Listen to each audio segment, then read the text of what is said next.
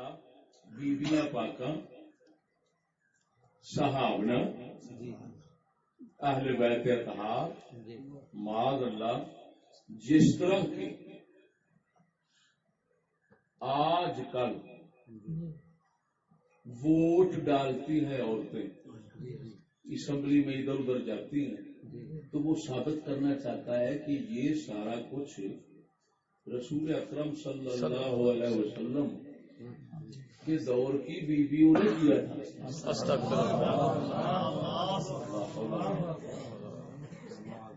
اور پارلیمنٹ کو وہ مجلس شورا کہنا چاہتا ہے.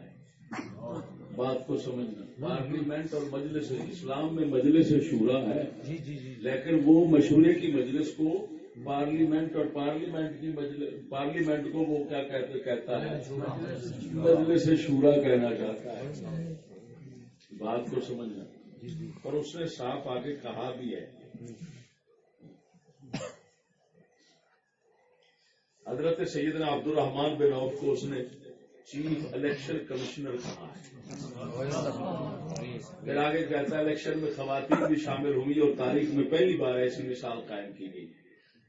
الیکشن کا رہا ہے یعنی حضرت سیدنا عثمان غنی رضی اللہ تعالی عنہ کا جو انتخاب ہوا تھا, تو جو انتخاب کا طریقہ تھا اس کو الیکشن کہتا ہے.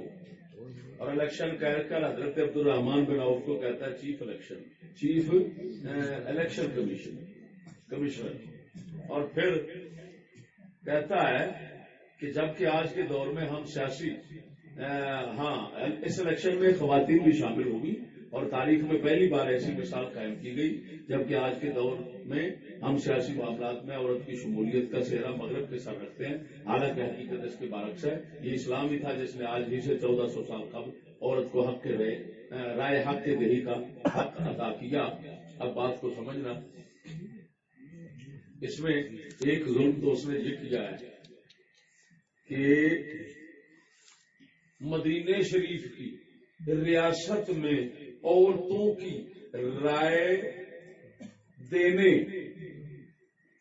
دینے کا عنوان ڈال کر اس نے یہ زیادتی ظلم کیا, یہ تاثر دیا کہ مدینہ شریف کی ریاست جو ہے وہ بھی کسی الیکشن اور ووٹوں کے ذریعے بنی ہے. اور عجیب بات یہ ہے کہ آگے آیتیں وہ پیش کرتا ہے, حدیثیں وہ پیش کرتا ہے, قسم خدا کی اٹھا کر کہتا ہوں کہ جن کا تعلق اس عنوان اس موضوع کے ساتھ ہے ہی نہیں. لیکن وہی بات جو اقبال کر گیا کہ خود بدلتے نہیں قرآن کو بدلتے تھے, وہ کس درجہ فقیہان حرم بے توفیق. اب دیکھو میرے بھائیوں, اللہ اکبر, ریاست مدینہ کے مقام کے ساتھ ہی حضور نبی اکرم صلی اللہ علیہ وسلم نے اپنی سنت مبارکہ سے عورت کے حق رائے دہی کو قانونی بنیاد فراہم فرمائی. آپ صلی اللہ علیہ وسلم کی اسی سنت مبارکہ پر عمل کرتے ہوئے خلفائے راشدین نے اپنے ادوار میں خواتین کی رائے کی ریاستی معاملات میں شمولیت یقینی بنائی. میں پوچھتا ہوں, دیکھیں آیتیں اس نے کون سی پیش کی ہیں؟ بیعت کی. کون سی بیعت؟ سورت ممتحنہ میں عورتوں کی بیعت جو حضور سید عالم صلی اللہ علیہ وسلم نے لی تھی, اس بیعت کا ذکر یہاں کرتا ہے. اس موضوع کے ساتھ بتائیے کیا تعلق ہے اس کا؟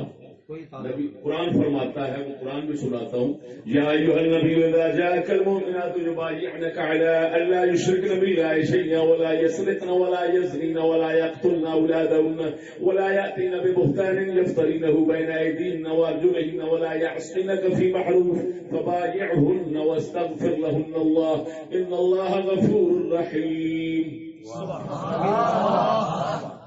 اے نبی, جب آپ کے پاس مومن عورتیں آتی ہیں, ہر بیعت کرتی ہیں اس بات پر کہ وہ شرک نہیں کریں گی, اللہ کا شریک کسی چیز کو نہیں ٹھہرائیں گی, چوری نہیں کریں گی, زنا نہیں کریں گی, قتل نہیں کریں گی اپنی اولاد کو, اور نہ ہی کوئی بہتان باندھے گی کسی پر, اور نہ تیری نافرمانی کرے گی کسی نیک بات میں.